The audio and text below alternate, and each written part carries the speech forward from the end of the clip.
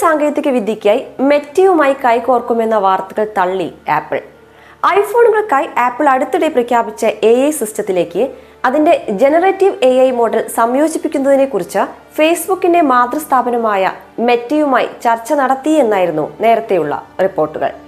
എന്നാൽ ഇത്തരം ചർച്ചകൾ മാസങ്ങൾക്ക് മുൻപേ നടന്നതാണെന്നും അതിൽ തീരുമാനങ്ങളൊന്നും എടുത്തിരുന്നില്ലെന്നും ആ ധാരണകൾ അപ്പോൾ തന്നെ ഒഴിവാക്കിയതാണെന്നുമാണ് ആപ്പിൾ ഇപ്പോൾ വ്യക്തമാക്കിയിരിക്കുന്നത്.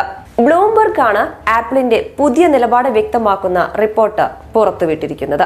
കൂടാതെ AI സെർച്ച് സ്റ്റാർട്ടപ്പായ പെർപ്ലെക്സിറ്റിയും അതിന്റെ ജനറേറ്റീവ് AI സാങ്കേതിക വിദ്യ ആപ്പിൾ ഇന്റലിജൻസിലേക്ക് കൊണ്ടുവരുന്നതിനെ കുറിച്ച് ചർച്ചകൾ നടത്തുകയാണെന്ന റിപ്പോർട്ടുകളുണ്ട്.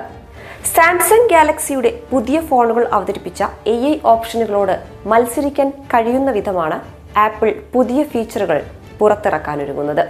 AI അധിഷ്ഠിത നെക്സ്റ്റ് ജനറേഷൻ ഓപ്പറേറ്റിംഗ് സിസ്റ്റം അവതരിപ്പിക്കാൻ ആപ്പിൾ തയ്യാറാക്കുന്നുവെന്ന വാർത്തകൾ വന്നതിന് പിന്നാലെ ഇതിനായി ഓപ്പൺ AIയുമായി കൈകോർത്താൽ തന്റെ കമ്പനികളിൽ ഐഫോൺ ഉൾപ്പെടെയുള്ള ആപ്പിൾ ഉൽപ്പന്നങ്ങൾ നിരോധിക്കുമെന്ന് ടെസ്ല CEO ഇലോൺ മസ്കും പറഞ്ഞിരുന്നു. ഓപ്പൺ AIയുമായി ചേർന്ന് തയ്യാറാക്കുന്ന ആപ്പിൾ ഇന്റലിജൻസ് ഫോണിലെ വിവരങ്ങൾ ചോരാൻ ഇടയാക്കുമെന്ന് ചൂണ്ടിക്കാണിച്ചായിരുന്നു മസ്കിന്റെ നിലപാട്. അതേസമയം സുരക്ഷാ കാരണങ്ങൾ തന്നെയാണ് മെറ്റയുമായി കൈകോർക്കുന്നതിൽ നിന്നും ആപ്പിൾ പിന്മാറാൻ കാരണമെന്നാണ് സൂചന.